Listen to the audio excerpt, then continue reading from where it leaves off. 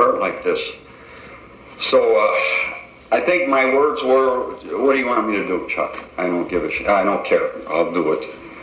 So he did what most sponsors or most people at 12-step. He took me to meetings. He told me, don't pick up the first drink today. All right, I can do that, you know. Go to meetings and ask God for help. I knew about God, you know. I don't think he's going to help me, though. I broke a lot of them promises. Don't worry about it. Just ask him for help. And just be quiet, you know. Be quiet, go to meetings. And I did those things, you know. I did. I just kept going to meetings because at that time, that misery and pain and all that crap was still fresh in my mind. And so it was a bit easier, you know. So I went to a lot of meetings, and I got hooked up with this one meeting place. It was Campbell, they call it. It was 79th and Campbell in the city. There was meetings all the time, every day, 3-4 meetings. And if I wasn't working or sleeping, I went to a meeting. And I got to know a lot of loving and caring people. And I listened to what they were saying, and I just did it, you know, because I didn't want to hurt no more. I learned about things like, you know, living normal, whatever normal is, you know, without living through stuff. I think that's what I want to say. That's one of the neat things that I've learned. I haven't perfected it yet, but because life is life. I mean, people die, kids get in trouble, bad things happen.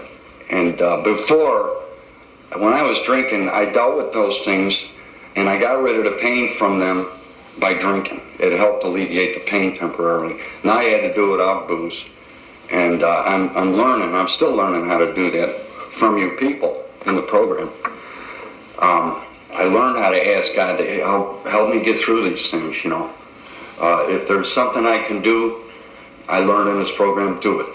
If you can't do nothing, then accept it. Just like our serenity prayer tells us, you know. There's a lot to that serenity prayer. If, you know, and I try to do it, you know, and I don't always, but I do try to do it. I moved here to Kentucky about 3 years ago, and I was kind of fearful as far as the program goes. I didn't know that, you know, I wasn't sure, because most of my AA was at home, and in Chicago, and I wasn't sure that I would get, that AA would be the same, but it's the same. It's the same everywhere you go, you know. It's just alcoholics trying to stay well. And there's so much love in here. It's so much caring. I was so relieved when I found that out, and I found that out my first meeting. There was so much more. Let's see. I wanted to. Hang on. I'm coming. Smoke them if you got them. Hang on. Well, one of the things, you know, as I've been thinking about this talk, I didn't rehearse it, but I did write certain things down to make me remember. There's so many neat sayings in AA, and one of them that I liked or needed, and I know you've all heard it, is wear a life like a loose garment. I never did that, you know. I was always nervous and uptight about everything. And after, you know, several years of being browbeaten by sponsors, you know, I learned not to take myself as serious, you know. And the sponsor I have right now, there is no room for sympathy, you know. They don't give you none.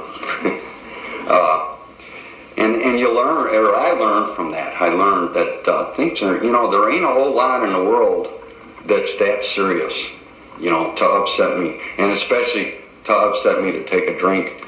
But there's so much laughter, and a lot of it myself, you know, and there's so much, there's just a lot of good times here. I hate to put it like that, but there's just a lot of fun. So for the guys and the girls that are just coming around, it gets better. I just don't know how else to put it. It's going to get better, I guarantee you. It can't help but get better.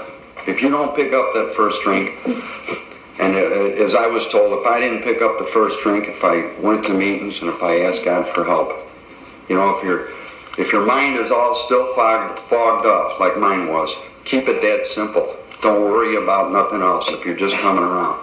If you do those three things, the rest is going to come. The steps are going to come. Helping other alcoholics is going to come. But for right now, just, you know, you just got to stay sober, and you need some time. So just hang in there. I'm kind of running out of things to say. I'm just so glad that I'm here, and I'm so glad to be sober. If I wasn't sober, I wouldn't be here, because I think I'd be dead. There's a good possibility I would be dead, or I'd be in jail for running someone over, you know, or killing somebody. But I'm not, and I'm here, and I'm so grateful for it. And I think I'm running out of things to say, and I just thank you all, you know, so much for listening to me.